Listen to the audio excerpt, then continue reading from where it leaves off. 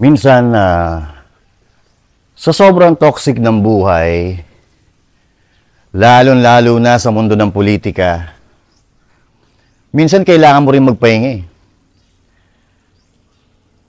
Kailangan mo rin tanggalin yung exhaustion mo sa utak, sa puso, sa damdamin. Minsan kailangan mo yung pakawalan, okay? At kailangan mo ng mga lugar na ganito para makatulong sa mabilis na pagtanggal na sa stress na nararamdaman natin sa ating mga katawan. Magandang tanawin, mababait na tao, at mga makadiyos. Napakasarap sa pakiramdam dahil dito, walang mahirap, walang mayaman. Dahil sa kabila ng katanyagan, karangyaan na kanilang tinatamasa, ang mga taga-KOJC, ang mga paa ay nanganatili na nakatapak sa lupa. Look at this. Ito ay kayamanan dito sa lupa, pero hindi ito pinagyayabang ng mga taga-KOJC. Kung ano mayroon sa kanila, isinishare nila sa mga tao na kahit hindi naman nila miyembro katulad namin, katulad ng Banateros. Kaya we are grateful to these people, sa mga kaibigan natin sa SMNI, kaibigan natin sa KOJC, for letting us experience yung buhay na tinatamasa nila dito sa KOJC na katulad nito. Marangya. Kung sasabihin natin, marangya dahil napakaganda. Pero ang mga paa ay nananatili sa lupa. At ito ay papakita ko sa inyo ang kabuuan ng Samal Islands, Q-Sands. Dito lang yan. Sa Samal Islands, 15 minutes away from the land of Davao. Ipapakita ko sa inyo, at same thing with the Banateros like Boss Dada, kami ay binigyan ng pagkakataon na ma-experience kung anong buhay ang na-experience ng mga taga-KOJC like this. Ito po yung kanilang, and this hotel, this Q-Sands is exclusive for KOJC members only. At nabigyan tayo ng pagkakataon para tayo ay ma-experience ang luxurious life na po pwedeng iparamdam or nararamdaman or dinadanas ng mga taga-KOJC. Ito po ay ilan lamang sa kanilang mga function areas. May billiards, may tambayan dito. Of course, may alak, may wine kung gusto mo. Pero, I don't know kung may wine kasi this is a religious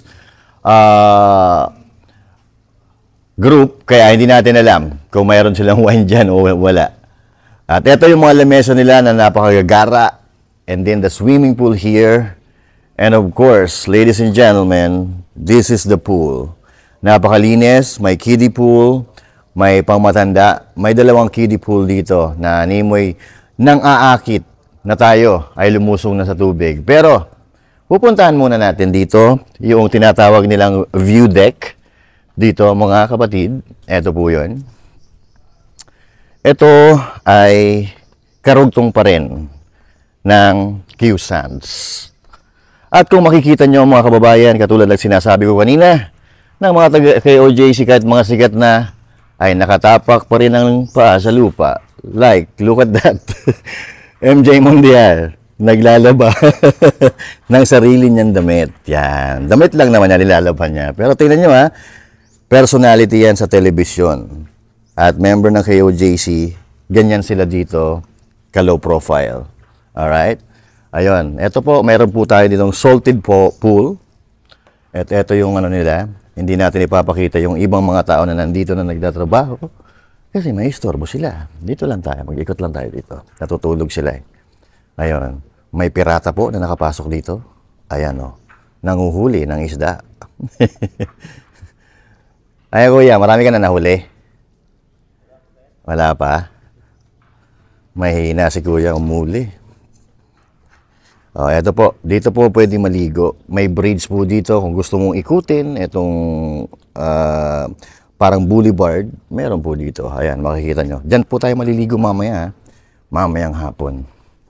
Diyan po tayo maliligo. And of course, ladies and gentlemen, we are here in front of the QSAN. Ayun, nandun yung kwarto natin. Nandun.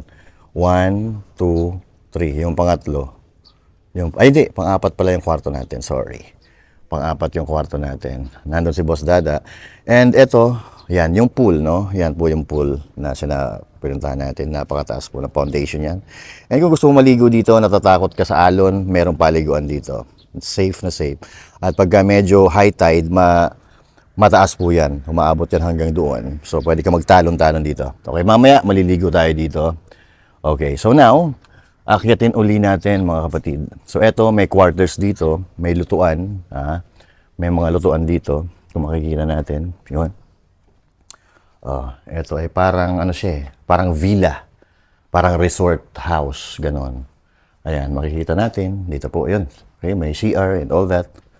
Yan. Okay. Ayun, yan. At eto syempre, no, yung mga kasama natin. Nagpapahinga sila. Papahinga sila. At ngayon, kagabi, ipinakita ko sa inyo yung mga ilaw dito sa harap ng QSANS, no? And once again, itong QSANS po ay hindi po ito pinaparent. Ito po ay exclusively ginagamit lang ng mga taga-KOJC. Yun po ang pagkakaalam natin kasi nagtanong po tayo. Okay? Hindi po ito pinaparkila. Ito yung pag-aari ng KOJC at ang gumagamit nito ay mga taga-KOJC din. So, nandito po tayo sa gilid. Lalabas tayo. Ayan. Makikita paglabas, green na green. At halatang halata, no? Or alam na alam mo na mapagmahal sa kalikasan yung mga may-ari nito at yung nagpagawa nito. Look at that. And ito, paggabi umiilaw yung mga yan. And even the puno, that trees, yan. May mga ilaw yan mga kababayan. Nakita nyo naman kagabi. Di ba? Tapos, maliban po dito sa mga aircon rooms na meron sila dito sa loob. Ayan. The maintenance is araw-araw nilang ginagawa. Kasi maraming naglilinis. Sila po. At eto, makikita nyo naman dyan. Super ganda. May mga kubo. Napapalibutan ng puno. Imagine that. Diba? Imagine that kung kayo po ang nandito ay talaga naman mapayapa. Super payapa. At talaga namang mawawala ang inyong problema. Kasi ako, to tell you honestly, mga kababayan, this is the place. This is the place, or this is the place I am dreaming to be with pag ako ay matanda na. Wow, 50 years old or 60 years old. Ikaw ay retired na, gusto mo magpahinga, i-enjoy mo na lang ang buhay. This is the place that I want to be. Okay? Hindi man ganito kaganda kasi hindi natin kakayanin itong ganito. Hindi man ganito kaganda, pero yung same vibes na katulad nito. Ang sa akin niya, kahit ganyan lang kubo lang na may dingding, may pinto, yung safe ka para matulog, okay na sa akin yan. But who knows? Okay? Only Lord knows kung ano ang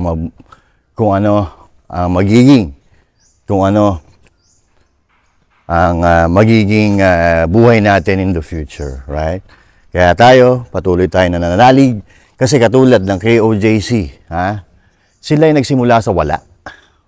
Like 30 to 40 years ago, sila ay nagsimula sa wala. Nagsimula sa barong-barong. And now, look at this. Meron silang ganito, kagara na hotel, resort, na para sa kanila lang. Merong kingdom, at may iba't ibang compound sa iba't ibang panig ng mundo. Yan po ang nagagawa ng, that's the power of the prayer. Okay? Prayer, pagsisikap, pagtutulungan, at pagmamahal sa kalikasan, pagmamahal sa bansa. That's the result. Pag samasamahin mo yun, yan ang magiging resulta.